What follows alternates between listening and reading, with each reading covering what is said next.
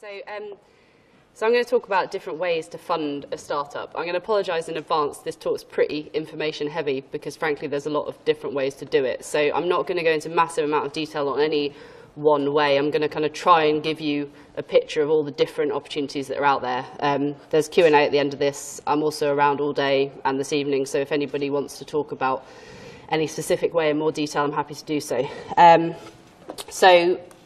Firstly, I'll just tell you very briefly about me. I graduated from University of Plymouth in 2008. I focused mainly on programming, but we were able to form kind of groups and make games, of which a lot of companies came out of that process.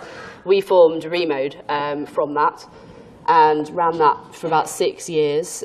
We were primarily a work-for-hire studio. We grew that to around 20, 25 people. But then we'd always wanted to make our own games, and the original plan had been to do that within Remode, to build up the studio as work for hire and transition. That's actually quite a difficult thing to do because clients always come first. And so eventually we decided that to be able to do what we wanted to do, we would close Remode and start a new studio. So that's what we did earlier this year. We formed Strike Gamelabs. I raised investment for that studio. I think we signed in around May or June this year. So we're now well in progress in our game, which is coming out next year. So now we don't do any work for hire, we're just focusing on our own stuff. I'm actually part-time in Strike. I also do consultancy under my own name, working with developers mainly on helping them to raise funding and strategy. I also do a lot around academia and education, and I'm also working in other areas around finance for games. Various other things I've done, I founded X-Play, which is the Southwest Games Community and Festival. I'm on the board of Ukie, I'm on the Council for Creative Skillset, and I've had a couple of different awards over the years. Okay, right. I think the options for funding kind of boil down to these 5 areas. So equity investment, investment in your business, project finance, so investment into a project, public funding, usually from the UK or EU, work for hire, and publishers. So I'm going to talk through each of these. Like I said, there's a lot of information, so apologies. Okay, so equity investment, there's various types. They can pretty much be boiled down into 3 areas. The first, obviously, is angels. So these are basically high net worth individuals. They're investing their personal money, usually small amounts, usually you wouldn't get more than 50k from any one person. There are always exceptions, but they may group together to put more funding in.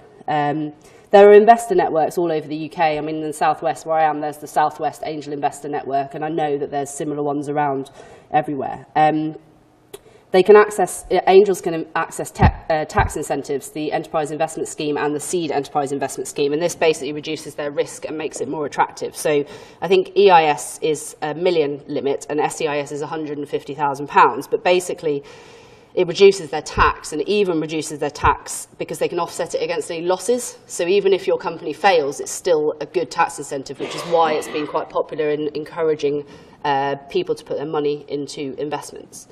Investment funds, varying amounts. I doubt you'd find an investment fund that would invest less than 150k. Usually a lot more. I would say that probably the average is at 250 to $1 million, but you do get ones that are higher. The reason for that is simply that the admin is just too much to bother with any lower amount than that. There's more of these about now, again largely due to the EIS and SEIS tax incentives.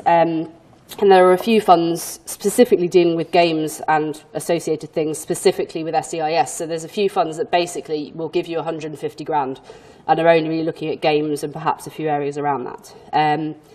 SEIS is supposed to be, well, it is exclusively for startups, but it doesn't exclude you if you're not a startup, because what companies will do, investors will do is set up another company which is owned by yourselves and them, and that company is a startup. So there's a way around that, basically. And SEIS is good because it's small amounts of money, it's lower risk, and it's kind of become quite popular. There are a lot of game studios in the UK funded by that method at the moment. The biggest fund that I know of has, I think, invested in 50 games over the last year and a half.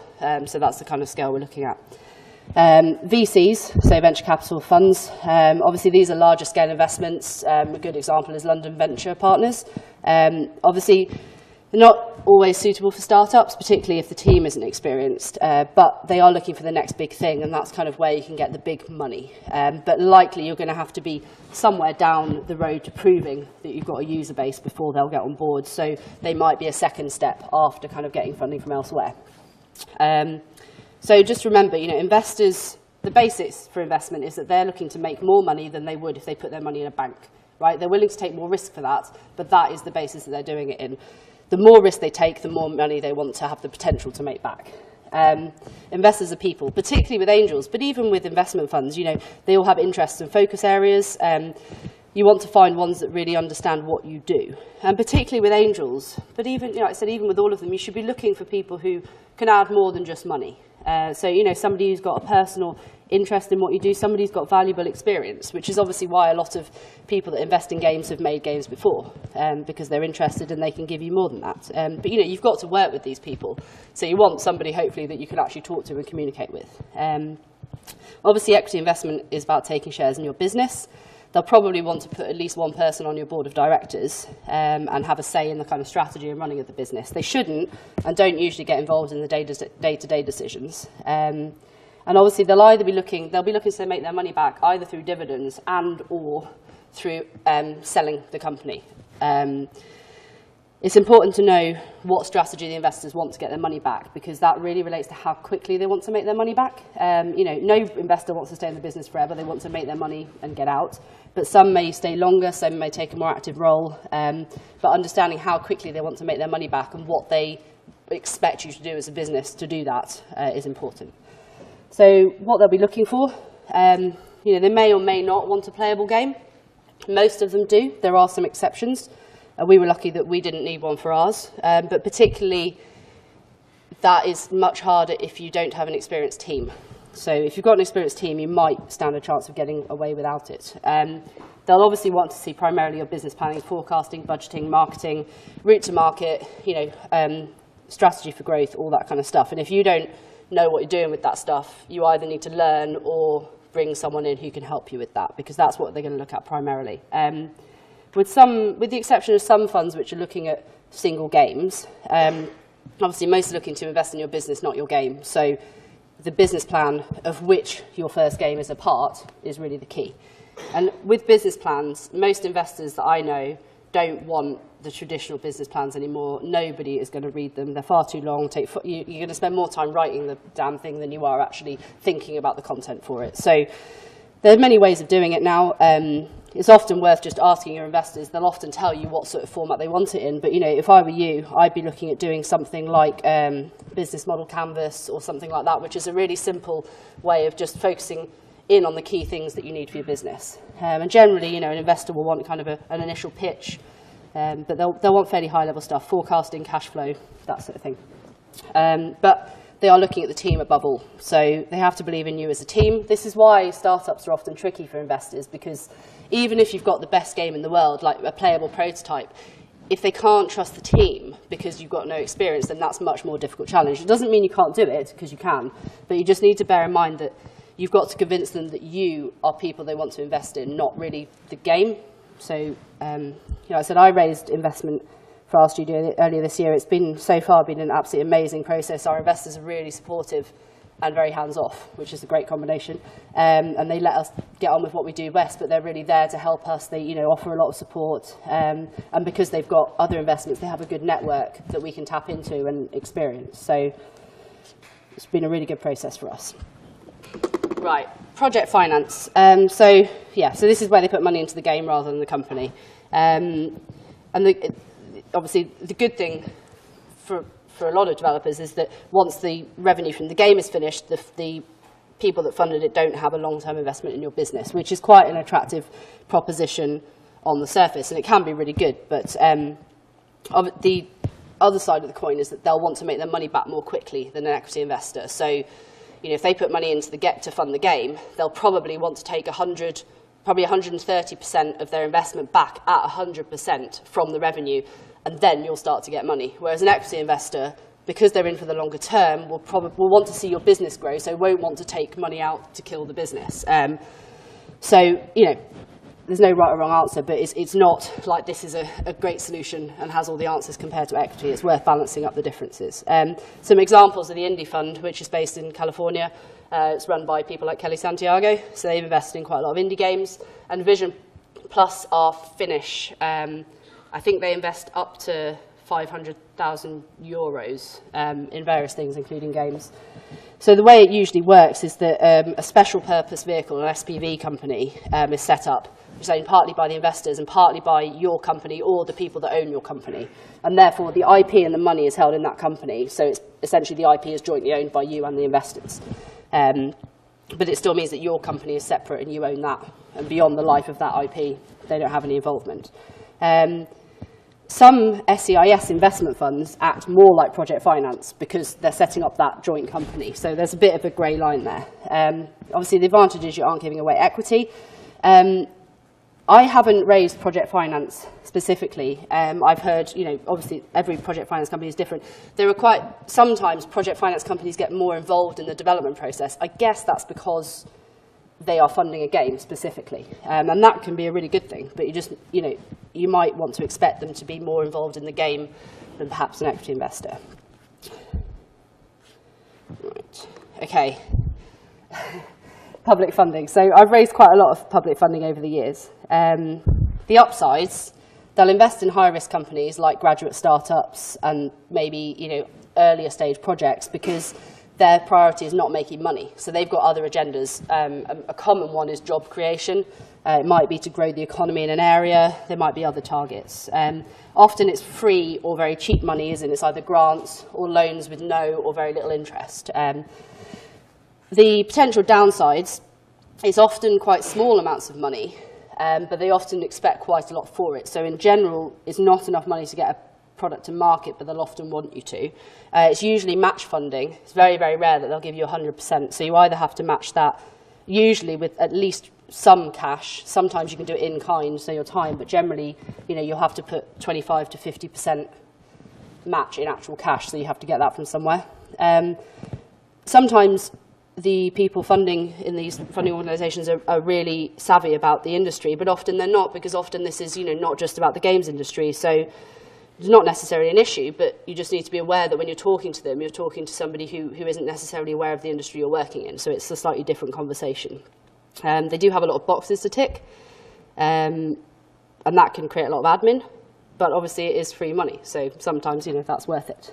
You can also spend all your time researching and applying for pots of public money. I'm going to run through really quickly a load of the ones that are available in a minute, and that'll just show you how many there are out there, and they're changing all the time. So there is a kind of risk that you'll literally spend all your time applying for it and not actually doing any work. Like I said, sometimes they're really supportive, sometimes not so much. It just really depends. So, okay, I'm going to run through these quite quickly because there's so many. So UKTI, UK Trade and Investment, these guys are going to talk to you in a minute, I think. So I'm not going to go into too much detail, except to say that they're actually really good. Their focus is on export and import, basically. So the main reason that you would probably use them is that they'll help you with export. Games industry is, by its very nature, an export industry, and basically they can help fund you to go to events, to do any kind of market research, to kind of do any kind of marketing material that you need to go abroad, so things like localization on your websites and things like that. So you can get funding, for example, to go to have a stand at Gamescom, GDC, things like that. So they're really, really useful, and they're regional. They have different regional bodies, so you need to basically build a relationship with a consultant in your local area, and different regions have different amounts of money and different things that they can do. So it can get quite complicated. But the most important thing is build a relationship with your local person. Department for Culture, Media and Sport. I mean, you're not going to deal directly with them, but I think it's really worth being aware of them because they fund and support a lot of other organisations that you could get funding from. So they're very supportive of the games industry. It's run by Ed Vasey, who quite a lot of people have probably heard of. But it's just worth being aware that they're there sitting above quite a lot of this stuff and, like I said, are pretty supportive. So Business Link doesn't exist anymore. It used to be pretty good. It used to do kind of training and various support. But what it does do is that they used to have a lot of information on their websites, like employment contracts, HR advice. Most of that was amalgamated into a website, gov.uk, and there's some really good stuff on there. Like I think our first employment contracts that we had at Remo, we got from there and stuff like that. So it's just quite a good source of free stuff. Okay. Ooh. Got these in the wrong order. Oh no, there we go, HMRC. We all love these guys, obviously. But they do manage the various tax credit schemes, such as R&D tax credits. So R&D tax credits, as you may be aware, basically can be claimed against technical development. So anything that is research-based. So technically if you're building an engine or something that you couldn't just get off the shelf. I would suggest if you want to claim this that you work with an accountant who knows about it specifically, because in my experience I've never met any developers, including myself, who actually know what you can claim for. And if you do it yourself, I guarantee you won't claim for everything you can claim for. However, games tax credits just came in, which is very exciting, and they're much more suitable because it's against all of your production. So whereas R&D was only against tech, it's against the whole production of your game.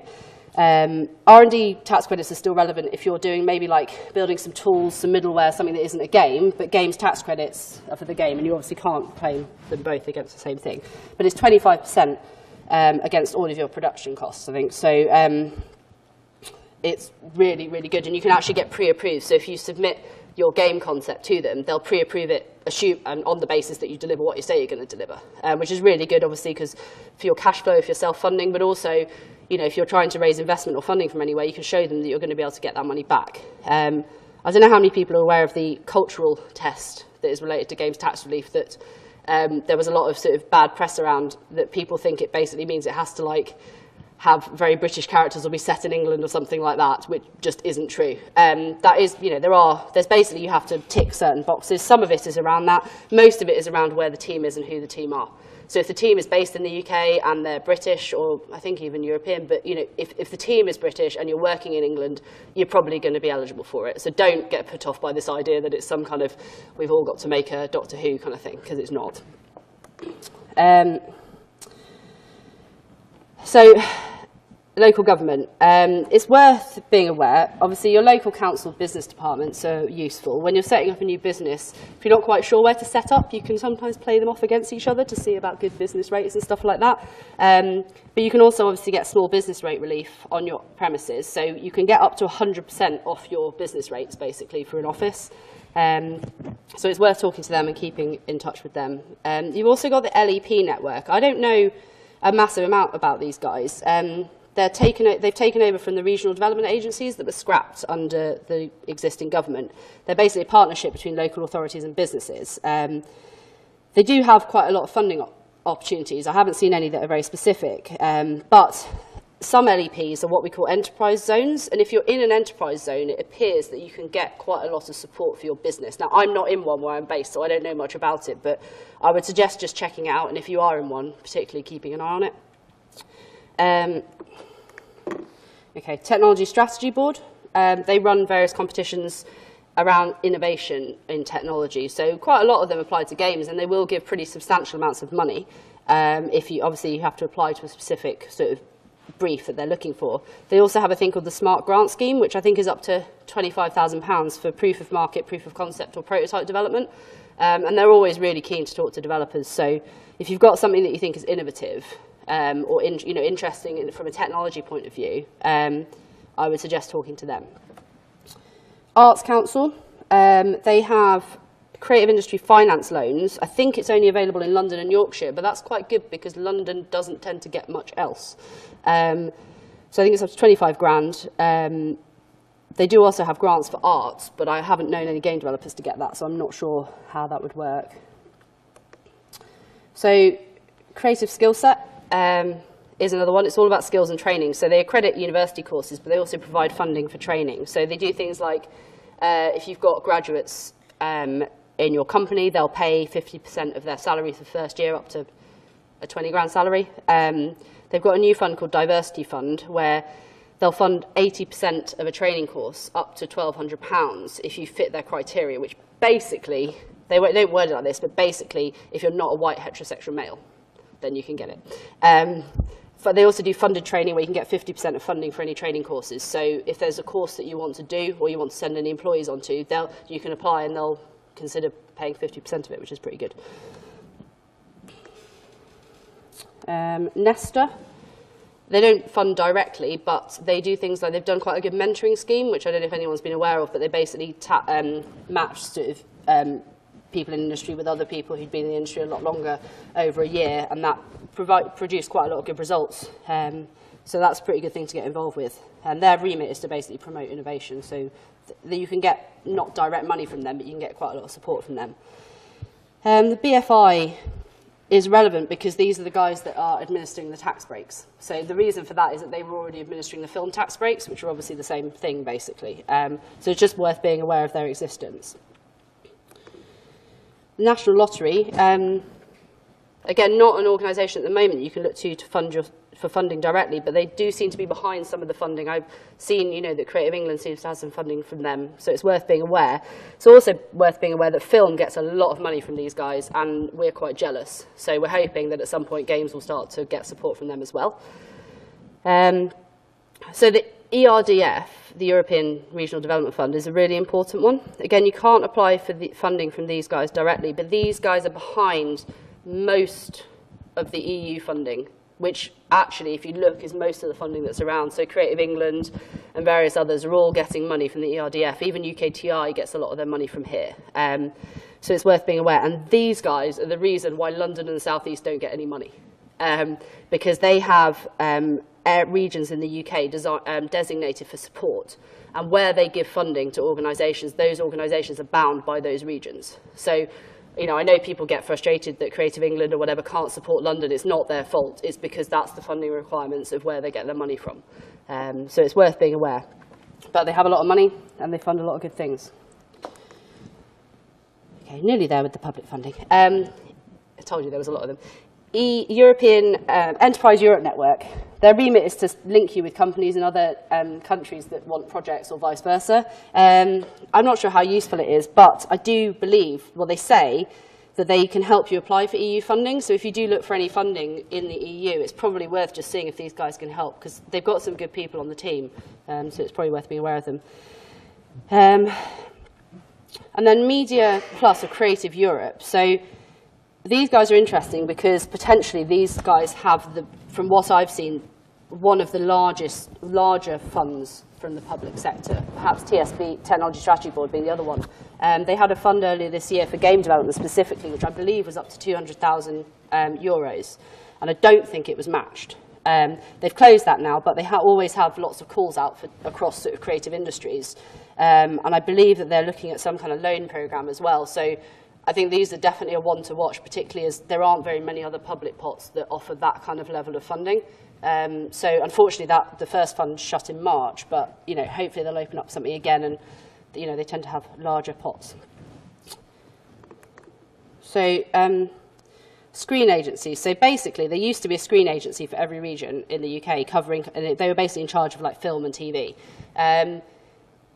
What then happened is that Creative England was brought in to basically not take over from all of them necessarily, but Creative England initially replaced South West Screen, which is why Creative England was so active in the South West initially. But they've sort of spread and taken over other ones as well. But there are different screen agencies still in different areas. They've all moved towards digital media, some of them more into games than others. Creative England obviously provides a lot of support for games, so they're definitely worth looking at. They've got a couple of funds open at the moment. They usually do, but it tends to be for different regions. They do some of them are grants matched, some of them are loans matched and things like that. But there's also some other screen agencies still. So some of the ones that I know have got money. Screen Yorkshire has got a Yorkshire Content Fund, which is up to 7.5k. The North East has got funding. Creative Scotland has got money. So, depending on which region you're in, it's worth being aware of which screen agency covers you, because they tend to have different funds and they tend to be for different things, different amounts. But it's worth kind of being aware of who's out there and who's relevant for you. And like I say, Creative England basically covers everywhere, I think, except the South East, because it's all ERDF money. So, trade bodies. So obviously Ukie and Tiger are the two games trade bodies. I'm on the board of Ukie. I also chair the developer subgroup. So the idea of the subgroup is that developers, it gives them a way to communicate their needs and feedback to the board and to Ukie and get information on what's going on. So hopefully provide a really good channel of communication. They obviously interact a lot with government, and they look at what areas of support they can give to the industry as a whole. And obviously Tiger is a very similar premise. And then the final one really is regional trade groups. Obviously, you're not likely to get money directly from these guys, but sorry, I forgot I put that in there. They can be a really good network to find out about funding, but also the people that run these networks are often very connected, so they're often a really good place to start sort of building knowledge and connections and getting introductions. The final one, universities. Worth knowing your local university, I guess you guys do, but they have knowledge transfer partnerships if you need a research project. The Centre for Digital Entertainment in Bath can put engineering doctorate students into your company for 3 years for research. And most universities have kind of ongoing applications. At Plymouth, they recently had a growth fund where we could apply for funding for things like equipment. So they tend to be quite a good source. Again, it's just worth having that relationship. Right, okay, no more public funding. Right, okay, work for hire. So I think I've got work for hire and publishers left. Am I doing all right? Cool, okay. So many developers want to use or try to use work for hire to fund themselves. You know, it's a very valid model in itself, but a lot, like us included, you know, want to use that to then try and build up revenue and a team to develop their own games. Obviously, I've had experience of this. It is hard to make a profit on work for hire businesses. It is a really, really tough business. And particularly if you try and do your own stuff, you know, clients always have to take priority. And, you know, so they should, they're paying you. We found, like I said, that it just didn't work because of the balance between the two for us. But, you know, I know other studios it has worked for. You know, I don't want to go into too much detail. If, you know, I could do an entire talk about how to get work for hire and all that kind of stuff. That's a talk in itself. So if anyone wants to talk about that, I'm happy to later. But, you know, all I'll say is that, you know, the one question I kind of get asked a lot by developers sort of wanting to raise a bit of money is, you know, oh, how do I just get some projects? And, you know, to build a sustainable business model is not just about going out there and going, I can make games, who wants me to make a game for them? You know, you might get a bit here and there, but if you actually want to build a work for hire studio and actually get any kind of sustainable business model, you need a solid strategy, you know, a USP, you know, why are people going to come to you? And it takes a massive amount of time investment. You know, it's a constant cog that you've got to be turning, and trust me, it's hard work. But, you know, if you do it right, you know, you can make a very good, you know, you can make a decent profit on it, but it's not the easy solution to funding your own games that perhaps it's sometimes perceived to be. And it's also a much longer term one, so it can take quite a long time to get to that point to make any profit. Okay, so publishers. So traditionally, you know, when I talk to a lot of developers now, the way people think of publishers is they fund your game once you've got a playable, so you've taken most of the risk. They take the IP, they handle all the marketing and distribution, so you don't get any control. They probably put a producer on to manage you who may or may not know anything about games and may or may not have any valuable contributions, but will probably force them on you anyway, and then they'll take most of the revenue.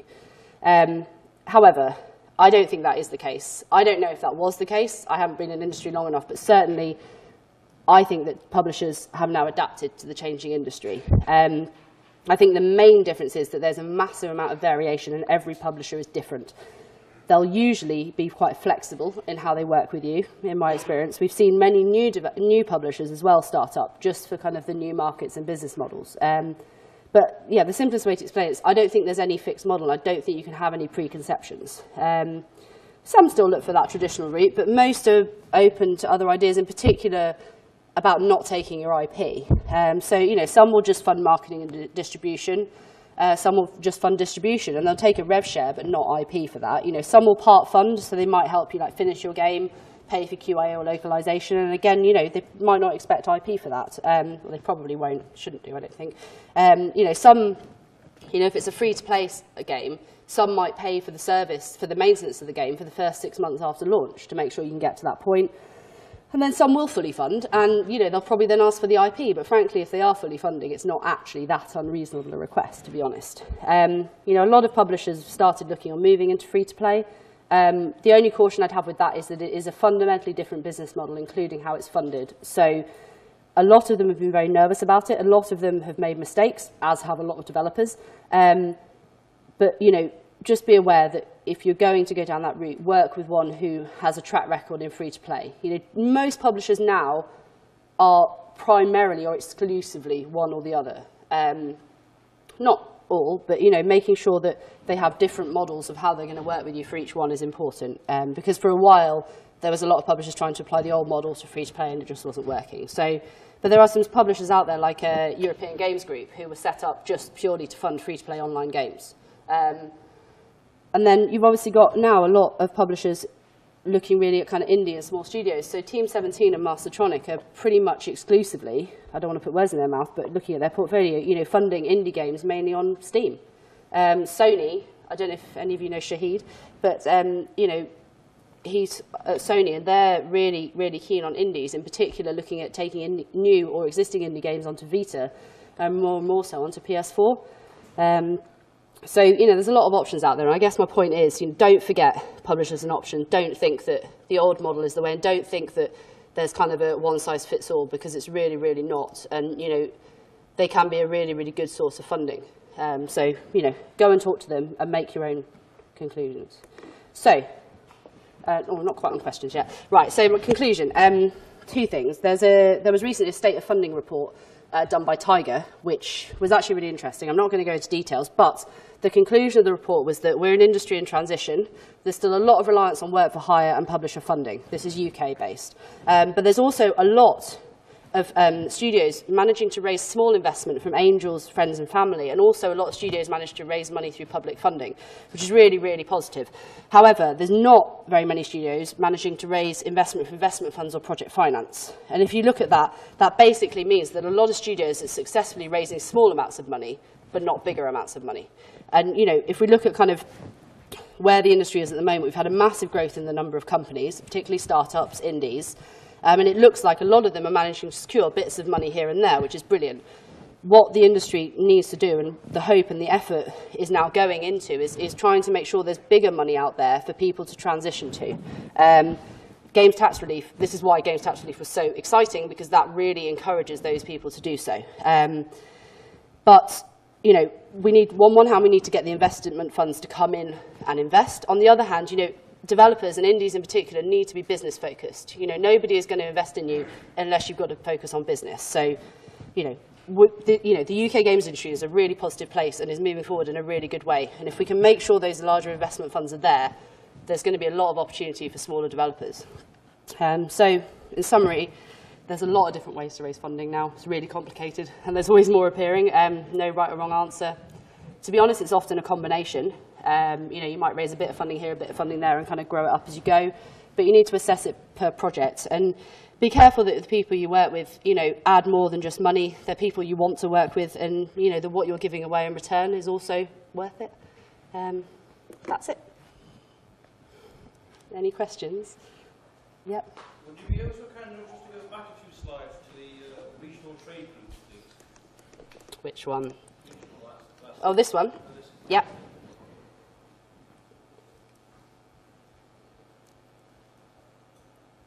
Any other questions? Yep. You mentioned that some of the venture capitals earlier start. Would some of them be hedge funds? Or would they not be involved in this at all? They could be. I think there are possibly some. I haven't had any dealings with any specifically, but possibly. Okay. It's worth finding out. Yep. You haven't mentioned anything like Kickstarter or Indiegogo. What's your views on those? That's a good point. I didn't mention it mainly because I don't know a lot about it. It's definitely a really valid way. The report that I was just talking about showed that there's actually the same amount of people successfully raising from crowdfunding as there is from project finance and investment funds. But what it did show was that it was the hardest way to raise funding. It was the highest failure rate for the number of people that succeeded, which I don't think is news to anyone. The only thing I've done some research into it, but I haven't done it myself. You know, my biggest concern is that doing it through the UK Kickstarter, for example, is quite challenging, and setting up a company to do it in the US is even more challenging. So I think there's some issues around that, but it's definitely a valid way. But I think that, you know, there's so many games on it now. We've kind of gone past that sort of honeymoon period in it. There's been some public failures. You know, there's been, you know, games that haven't got finished, and I think it's a valid way. But I think, you know, you need to get quite a long way, quite a lot of material together to actually get to the point of being able to crowdfund. Then you need a lot of money to actually support the crowdfund, and I don't believe that you'll get all of the money that you need to develop a game from a crowdfund. So I think that it needs to be seen as much as a marketing exercise as anything else, and that you're probably going to need funding from elsewhere as well, even just to get you to the point of crowdfunding. So I think it's good, but I don't think it's a sort of it's quite difficult, basically. Anything else? Yeah. I was just wondering, how much money do you think that a small indie company should try and raise before they become a company? Depends what you're trying to do. Pardon? It depends what you're trying to do. I mean, well, I mean by just like a small game that takes a year or two to develop, how much do you think they should try and raise? well, I mean, I think you need to work out your budget, really. But I mean, you know, I would imagine that would, you know, if it's sort of 3 or 4 of you for a year or so, you know, then probably that would fit into the SEIS sort of 150k bracket. That might be purely for development, not for marketing and distribution. So you might need to get other funding or get a publisher or something for that. But, you know, I would imagine that you could do it for that kind of money. Yeah.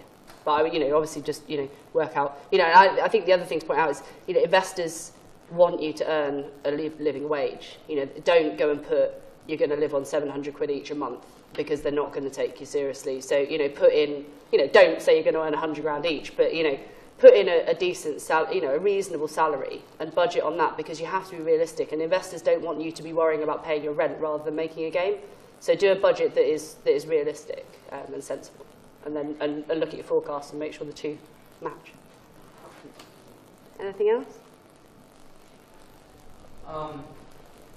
Outside of employee rates within your indie game company and licenses for software, what methods you've stated can reduce costs, such as like getting it on the market fees, and what kind of investors could reduce some of the standing costs that would you need for your business? Because you can get some regional funding, but like what reduces the cost to use a particular engine if you're using like a specific company in particular? Like what options are there to like save money basically? So sort of reduce your overheads. Yeah. Well, the things that I've used the most in the past are creative skill sets, because if you've got anyone who's got less than 12 months experience in the games industry, now generally that means graduates, but it isn't exclusive to graduates, because if they've been in the industry for less than 12 months, so that will fund 50% of someone's salary for a year. So that would be my first call. UKTI, definitely, for any sort of expenses abroad. I would also, like I said, look at councils and sort of reductions on business rates and things like that. Trying to think.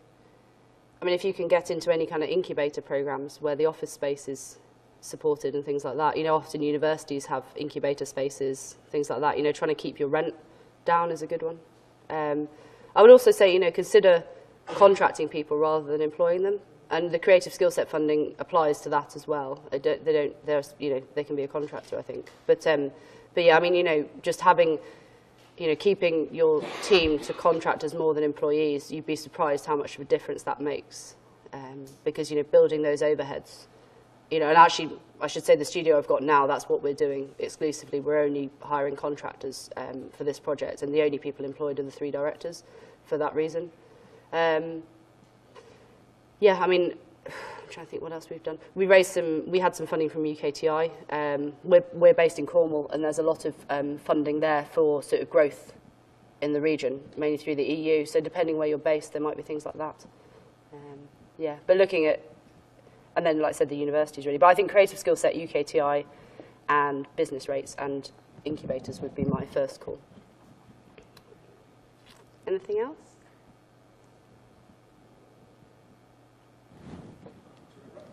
So thank you